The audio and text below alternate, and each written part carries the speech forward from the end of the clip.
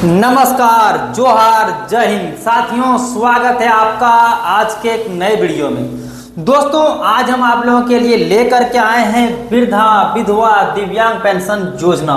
दोस्तों, यहाँ पर देख सकते हैं कि झारखंड पेंशन योजना में खुशखबरी आ गया है।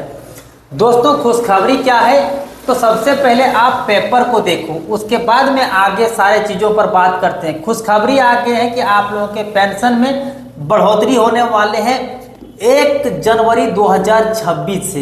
दोस्तों, ये 2026 है, हालांकि मैंने मिस्टेक से 2025 लिख दिया, पर 1 जनवरी 2026 से लागू होने वाले हैं। सुप्रीम कोर्ट का भी यहाँ पर आदेश आ गया है। सुप्रीम कोर्ट का क्या आदेश आया है वो भी मैं आप लोगों को अभी थोड़े ही देर में इस पेपर के कटिंग की ओर जब हम आपको लेकर के चलेंगे तो वहाँ से मैं सारे कुछ अपडेट जो है वो आपको देने वाले हैं। यहाँ पर देख सकते हैं सभी को मिलेंगे 2500 रुपये। दोस्तों, जो आप लोग इंतजार कर रहे थे कि आखिर आप लोगों का पेंशन में कब बढ़ोतरी होगा, तो दोस्तों फाइनली वो टाइम आ गया है जिसमें अब आप लोगों को खुश होने की जरूरत है। चाहे वृद्धा हो, विधवा हो या दिव्यांग पेंशन योजना के धारी हैं, सभी के लिए बहुत बड़ी अपडेट आ गए हैं। दोस्तों, ये योजना का लाभ किसे किसे मिलेगा तो यहाँ पर आप देख सकते हैं सभी को, चाहे वो वृद्धा हो, विधवा हो या फिर दिव्यांग पेंशन योजना के लाभार्थी हो, तीनों कैटेगरी को लोगों के लिए मिलने वाले हैं। दोस्तों, क्या है कि अभी बिहार में इलेक्शन चल रहे हैं और सरकार चाहती है कि अभी हम जितना भी काम करेंगे उतना में सरकार का ही फायदा होगा, उसे इलेक्शन में वोट मिल जाएंगे, उनकी सरकार बन जाएगी। इसीलिए यहाँ पर आप लोगों को फायदे दिख रहे होंगे। ठीक है, अब आइए पेपर की कटिंग की ओर लेकर के चलते हैं। वहाँ से मैं सारे कुछ जो अपडेट हैं वो आपके लिए जो लाए हैं वो यहाँ पर देख सकते हैं। बड़ा फैसला, घोषणा के 9 माह बाद आयोग के नियम व शर्तें मंजूर। सुप्रीम कोर्ट के पूर्व जज रंजना देसाई आयोग की अध्यक्षता में खुशखबरी आप लोगों के लिए आ गए हैं। 18 महीने में आएंगी 8वें वेतन आयोग की सिफारिशें। दोस्तों, 8वें वेतन की जो सिफारिशें हैं वो 1 जनवरी 2026 से लागू होंगी। सिफारिशें बढ़े हुए वेतन का भुगतान 2027 के अंत तक संभव है। दोस्तों, आप लोगों का पैसे तो यहाँ पर बढ़ जाएंगे 2026 से, लेकिन 2027 के अंत में यहाँ पर आने की जो अपडेट है वो आए हुए। ये जो पेपर की कटिंग लेकर आए हैं वो देश के सभी राज्यों में लागू हो जाएंगे, जो कि पेपर का कटिंग भी देख सकते हैं, भास्कर न्यूज है। नई दिल्ली, मुंबई की अपडेट है, वो भी मैं आपको यहाँ पर दिखाता हूँ। अब आइए जो आप लोगों के बीच में हम लेकर के आए थे, जिस चीज़ का आप इंतजार कर रहे थे, उस पर बात करते हैं। देखिए, केंद्र सरकार के 50 लाख कर्मचारी और 69 लाख पेंशनर मतलब वही आप लोगों के बारे में ही कहा गया है कि 69 लाख पेंशनर के लिए 8वें वेतन योग की प्रक्रिया एक कदम और बढ़ गई है।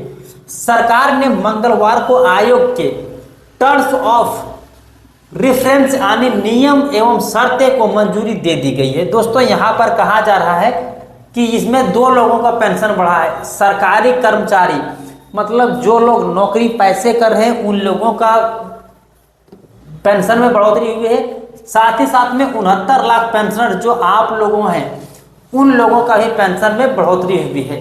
दोस्तों, 8वें वेतन आयोग की अध्यक्षता सुप्रीम कोर्ट की पूर्व जज जस्टिस रंजना प्रसाद देसाई होंगे। IIM बेंगलोर के प्रोफेसर पुलक घोष अंशकालीन सदस्य और पेट्रोलियम सचिव पंकज जैन सदस्य सचिव होंगे। नोटिफिकेशन जारी होने के बाद आयोग का काम औपचारिक रूप से शुरू हो जाएगा। आयोग को 18 महीने में जो रिपोर्ट है वो सौंपना होगा। उसके बाद अनुमान है कि अप्रैल मई 2027 तक आयोग रिपोर्ट जो है वो सरकार को सौंप देगी। दोस्तों, पेंशन में बढ़ोतरी हो जाएगी, उसके लिए क्या क्या प्रोसेस किए जाएंगे उसी के लिए आप यहाँ पर देख सकते हैं कि जो सुप्रीम कोर्ट के जज हैं जस्टिस रंजन प्रसाद देसाई वो रहेंगे, बेंगलोर के प्रोफेसर पुलक घोष रहेंगे और अंशकालीन सदस्य जो है वो पेट्रोलियम मंत्री सचिव पंकज जैन रहेंगे। तो इसी तरह से नोटिफिकेशन आ रहे हैं और यहाँ अनुमान है कि अप्रैल से मई 2027 तक इन लोगों ने कैसे पेंशन में बढ़ोतरी करना है उस पर सारा रिपोर्ट जो है वो सौंप सकते हैं और सरकार इस पर विचार के लिए 3 से 6 महीने के समय लेगी, यानी 1 जनवरी 2026 से लागू होंगे। हालांकि पिछले ट्रेंड्स के आधार पर माना जा रहा है कि इसका भुगतान 2027 के अंत या 2028 की शुरुआत में संभव है। सरकार 2 साल का एरियर देगी। आयोग की घोषणा के बाद नियम एवं शर्तें बनाने में 9 महीना का समय लग जाएगा। अब तक कुल 7 वेतनमान आ चुके हैं। इसकी घोषणा के तुरंत बाद या महज 1 या 2 महीना के विलंब से ही नियम एवं शर्तों को मंजूरी दी जाएगी। सूचना और प्रसारण मंत्री अश्विनी वैष्णव ने बताया कि केंद्र सरकार के विभिन्न मंत्रालय राज्य सरकारों से चर्चा के बाद यह मंजूरी दी जाएगी। दोस्तों यहाँ पर जो कहा जा रहा है कि यहाँ पर सारे कुछ बताया जाएगा कि रिपोर्ट को सौंपा जाएगा 2027 से 28 तक आने की संभावना है। लेकिन जो आप लोगों के लिए जरूरी बातें हैं वो यहाँ पर देखिए। केंद्र सरकार के विभिन्न मंत्रालय, केंद्र सरकार में जितने भी मंत्रालय हैं उन सभी से रिपोर्ट मांगा जाएगा। किस तरह से आप लोगों को पेंशन बढ़ाना है, कितना पेंशन बढ़ाना है, उस चीज़ पर चर्चा की जाएगी। साथ ही साथ में आप लोग जिस भी राज्य से आते हैं उस राज्य के सरकार से ये बातें की जाएगी कि आखिर जो बढ़ाया जाएगा राज्य के किस स्तर पर बढ़ाया जाएगा। यहाँ देखिए, राज्य सरकार से चर्चा के बाद मंजूरी दी जाएगी। यहाँ पर यह कहा जा रहा है कि जो आप लोगों को पेंशन में बढ़ोतरी होगी उसके लिए केंद्र सरकार और राज्य सरकार, जैसा कि अभी भी आप लोगों को पता है कि जो आप लोगों को पेंशन मिलते हैं वो केंद्र सरकार और राज्य सरकार दोनों की हिस्सेदारी होती है, तभी आप लोगों को पेंशन योजना का लाभ मिल पाता है। उसी प्रकार राज्य सरकार और केंद्र सरकार फिर से यहाँ पर चर्चा करेंगे। दोनों का अगर सहमति बनेगा तब फिर आप लोगों को पेंशन में बढ़ोतरी की जाएगी। दोस्तों यहाँ पर मैं 3 तरह के रिपोर्ट लेकर के आया हूँ, जहाँ पर आप देख सकते हैं। यहाँ पर ये चीजें कहा गया है कि पिछले 2 वेतनमान आयोग से समझें इस बार कर्मियों को क्या उम्मीद है। दोस्तों यहाँ पर 6ठा वेतनमान आया था 2006 में, उसके बाद 2016 में, उसके बाद 8वां वेतनमान 2026 तक आने की संभावना है। तो देख सकते हैं दोस्तों, इस तरह से आप लोगों का पेंशन में बढ़ोतरी की गई थी और अब 2026 में भी जो है वो बढ़ोतरी की जाएगी। सारे कुछ जो डेटा है यहाँ पर आप देख सकते हैं। अब आइए थोड़ा सा और स्क्रॉल डाउन कर लेते हैं। यहाँ पर आप लोगों को जो पेंशन के बारे में वो देखिए, 2 नंबर के कॉलम को ही हम सिर्फ पढ़ते हैं, बाकी चीज़ें हम उतना उन चीज़ों पर चर्चा नहीं करेंगे, लेकिन जो जरूरी वाली चीज़ें हैं उस पर चर्चा करते हैं। आइए देखते हैं दूसरा चीज़ पर। विकास वेलफेयर के संसाधनों की उपलब्धता सुनिश्चित करना। मायने क्या निकलेंगे इसके? सरकार चाहती है कि विकास और वेलफेयर के लिए सरकारी सभी संसाधन वेतन मद में न केवल चले जाए, संतुलन रखना होगा। और तीसरा यहाँ पर देखिए, गैर अंशदान पेंशन, गैर अंशदान पेंशन योजनाओं की अपोषित लागत पर ध्यान देंगे। मायने इसके ये हैं कि पेंशन लाभ सख्त समीक्षा के दायरे में रहेंगे।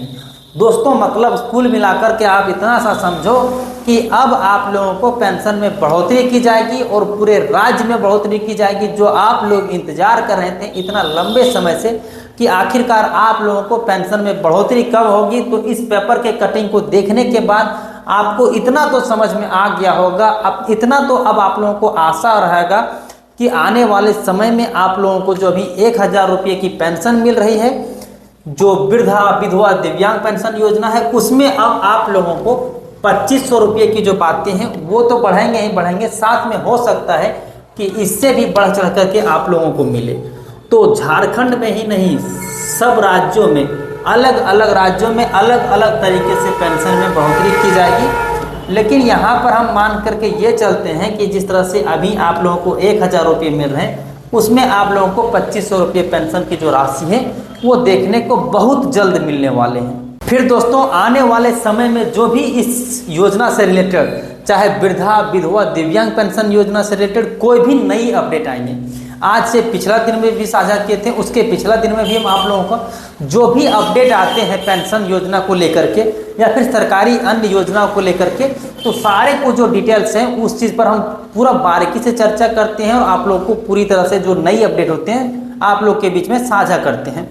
अब दोस्तों यहाँ पर आने के बाद आप लोगों से एक छोटा सा रिक्वेस्ट रह जाता है कि यदि इस चैनल पर आप पहली बार आए हैं और अभी तक आपने इस चैनल को सब्सक्राइब नहीं किया है तो चैनल को अभी सब्सक्राइब कर लीजिएगा, क्योंकि वृद्धा विधवा दिव्यांग पेंशन योजना और सरकारी अन्य योजनाओं से जुड़ी हर एक अपडेट आपको इसी यूट्यूब चैनल के माध्यम से पहुंचाए जाते हैं। तो दोस्तों आज के लिए इतना ही, फिर मिलते हैं अन्य किसी वीडियो में, तब तक के लिए जय हिंद, अपना ख्याल रखें।